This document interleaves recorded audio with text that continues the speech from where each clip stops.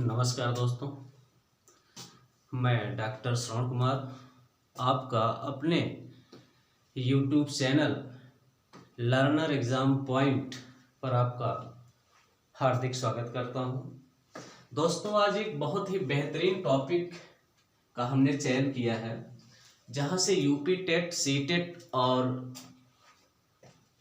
Super TET में अक्सर 1 से 2 नंबर के क्वेश्चंस पूछ लिए जाते हैं। तो देखेंगे जी क्या कर रहे हैं।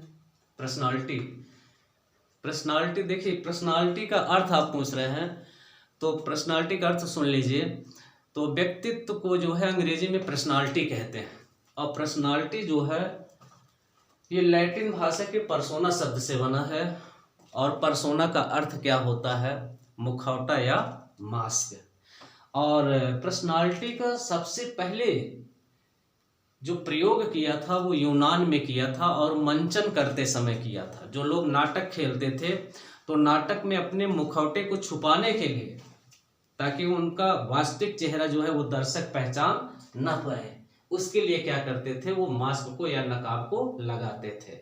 लेकिन वास्तव में दोस्त यह जो है वास्तविक पर्सनालिटी नहीं होती थी, ये तो कृत्रिमता आ जाती थी।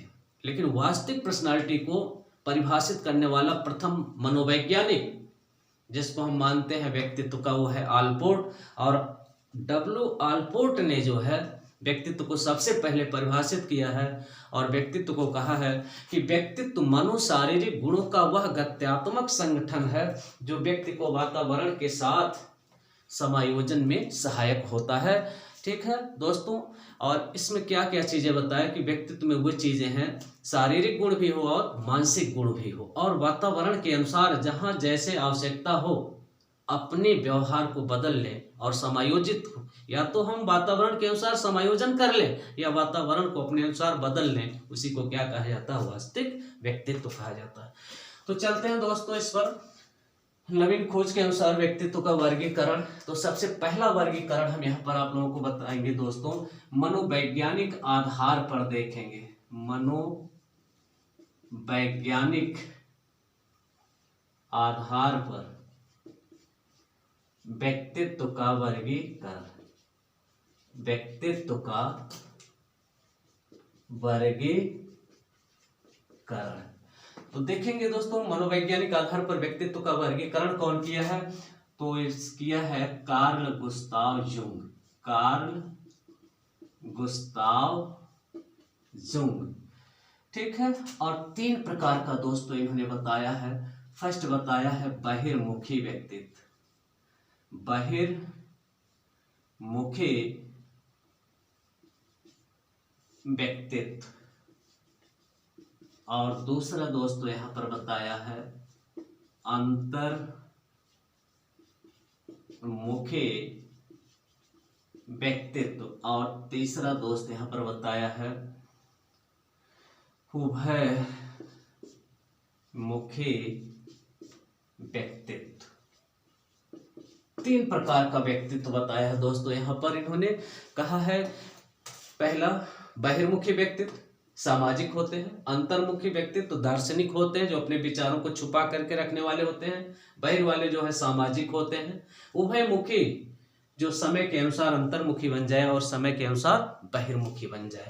लेकिन दोस्त अगर यहाँ पर आता है कि अंतर्मुखता, अगर यहाँ पर पूछ लिया है दोस्त, अंतर्मुखता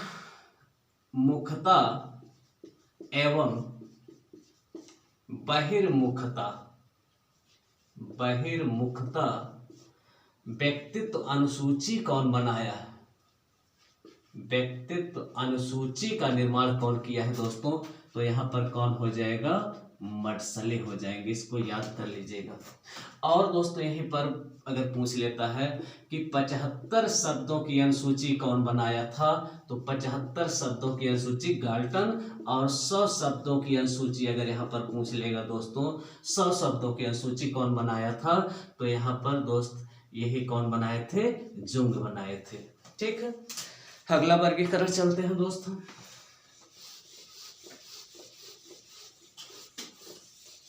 दूसरा वर्गीकरण मनोवैज्ञानिक प्रकार के आधार पर, मनोवैज्ञानिक प्रकार के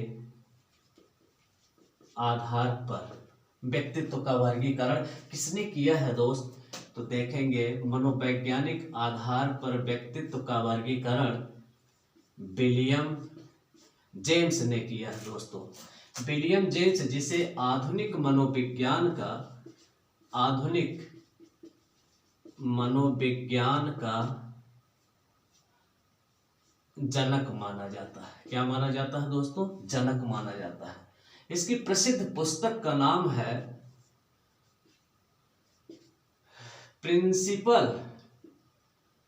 प्रिंसिपल्स ऑफ साइकोलॉजी।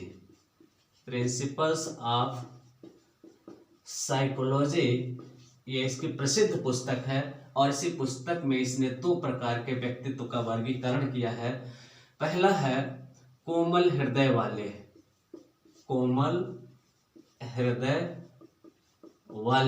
और दूसरा है दोस्त यहाँ पर कठोर हृदय वाले। कोमल हृदय वाले दोस्त आदर्शवादी होते हैं, और दोस्त ये आस्तिक होते हैं। क्या होते हैं? आस्तिक होते हैं। और ये दोस्त क्रोधी स्वभाव वाले होते हैं और नास्तिक होते हैं। कैसा होते हैं? नास्तिक होते हैं दोस्त। अगला वर्गीकरण देखेंगे दोस्त। अगला वर्गीकरण यहाँ पर देखेंगे। तीसरा वर्गीकरण ध्यान दीजिएगा दोस्त, बुद्धि लब्धि के आधार पर व्यक्तित्व का वर्गीकरण। तो बुद्धि लब्धि के आधार पर व्यक्तित्व का वर्गीकरण दोस्त किसने किया है?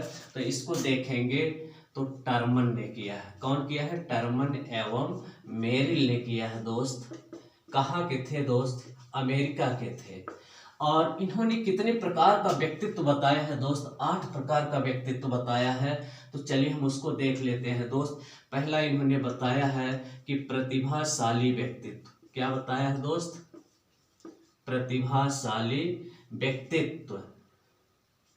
और दूसरा इन्होंने बताया है अति प्रखर व्यक्तित्व। और तीसरा इन्होंने बताया है दोस्त प्रखर व्यक्तित्व। और चौथा बताया है दोस्त सामान्य व्यक्तित्व। और 5वां बताया है मंद व्यक्तित्व। और 6ठा बताया है मूर्ख व्यक्तित्व। और 7वां बताया है दोस्त मूढ़ व्यक्तित्व। और 8वां बताया है दोस्त जड़ व्यक्तित्व। तो बुद्धि लब्धि के आधार पर व्यक्तित्व का वर्गीकरण करने वाला कौन? टर्मन कहाँ का मनोवैज्ञानिक था? अमेरिका का। और यही टर्मन 1916 में जो है स्टैनफोर्ड बिने परीक्षण का निर्माण किया था, जिससे बुद्धि का परीक्षण भी किया जाता है दोस्तों। और यही टर्मन है जो IQ निकालने का सही सूत्र दिया था। IQ बराबर MA/CA × 100 का कौन दिया था दोस्त? टर्मन ने दिया था। तो इन्होंने व्यक्तित्व का 8 प्रकार बताया है दोस्त। अगला वर्गीकरण चलते हैं।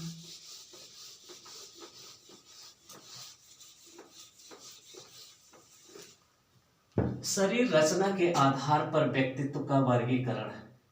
तो चौथा वर्गीकरण देखेंगे दोस्त। किस आधार पर? शरीर रचना के आधार पर। शरीर रचना के आधार पर व्यक्तित्व का वर्गीकरण दोस्त कौन किया है? तो क्रेस्मर ने किया है। कौन किया है? क्रेस्मर ने किया है। कितने प्रकार का किया है दोस्त? इसको देख लीजिएगा। शरीर रचना के आधार पर व्यक्तित्व का वर्गीकरण कौन किया है दोस्त? तो देखेंगे यहाँ पर क्रेस्मर ने किया। कहाँ का था दोस्त? जर्मनी का। कहाँ का था ये? जर्मनी का था। तो देखेंगे इन्होंने 4 प्रकार का दोस्त किया है। सबसे पहले यहाँ पर देखेंगे पिकनिक, एस्थेनिक देखेंगे दोस्त। सबसे पहले इन्होंने पिकनिक, एस्थेनिक और तीसरा है दोस्त एथलेटिक, क्या है, एथलेटिक, और चौथा क्या है, डायस प्लास्टिक, क्या है दोस्त, dysplastic. Pyknic, asthenic, athletics और डायस प्लास्टिक। तो दूसरा वर्गीकरण देखिएगा दोस्त, इसने जो है पिकनिक, पहला देखिएगा क्या है, पिकनिक, दूसरा क्या है एस्थेनिक, तीसरा क्या है एथलेटिक, चौथा क्या है डायस प्लास्टिक। दूसरा इसी का नाम देखिएगा दोस्त, तो इन्होंने दूसरा नाम जो रखा है गोलकाय, क्या कहा है, गोलकाय। इसको क्या कहा है, लंबकाय।